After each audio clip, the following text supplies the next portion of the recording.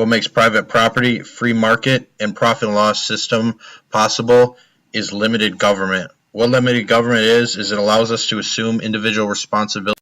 The 12-cell matrix of the enterprise system is the cornerstone of this presentation.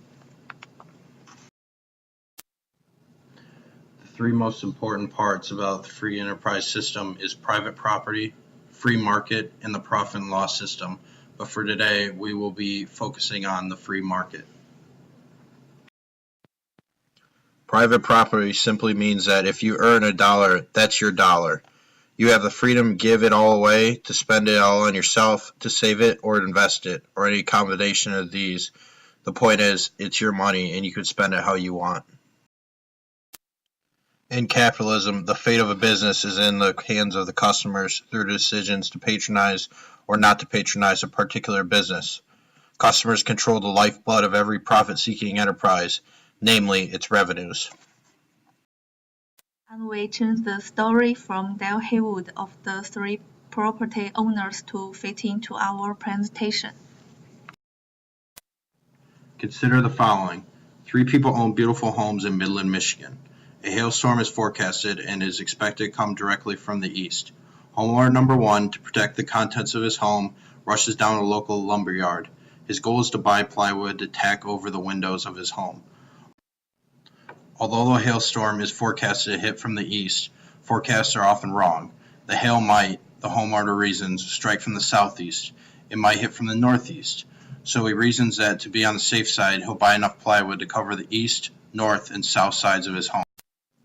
At this lumber yard, it has in its inventory enough plywood to cover the windows on 3 sides of one home, or one side of each of the 3 homes. When the homeowner gets to the lumber yard and discovers that the plywood is selling at a normal price, he decides to buy enough to cover all 3 sides of his home. Yes, he realizes he needs it more urgently for the east side of his home, but to be on the safe side, he decides to buy enough wood to cover the windows on the north and south side of his home as well. If homeowner number 1 buys all the plywood at the usual price, what happens when homeowners 2 and 3 get the lumber yard? They'll discover all the plywood has already been sold. Let's stand back and see what the results are. Homeowners 2 and 3 are not able to protect their homes from the most likely threat.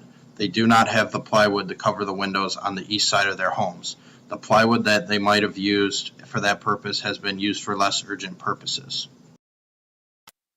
If the lumberyard owner had raised his prices and engaged in what some people call price gouging, this might not have happened. That would have given the homeowner number 1 pause. If the seller of the plywood had raised his prices and the homeowner doesn't buy all the plywood, then subsequent homeowners are able to buy some.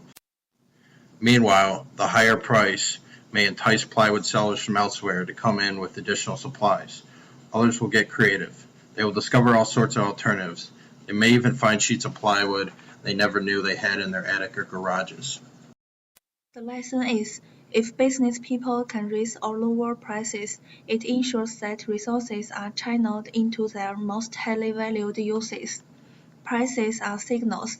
They embody large amounts of knowledge and expectations. They direct our consumption. They also direct production and distribution. Scarce resources are more efficiently allocated as a result.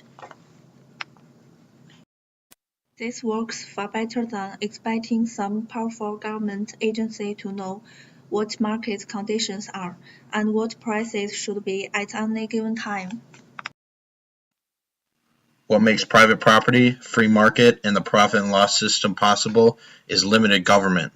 What limited government is it lets us assume individual responsibilities for our own resources, and it allows us to spend our money how we want without interference. The only role the government should have is to defend against foreign and domestic aggressors.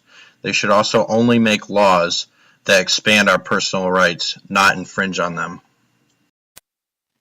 If you'd like to learn more, please check out When We Are Free by Timothy Nash, Dale Medchik, Yevgeny Genchev, and Alexander Watts. All information provided today can be found in When We Are Free. Thank you for watching.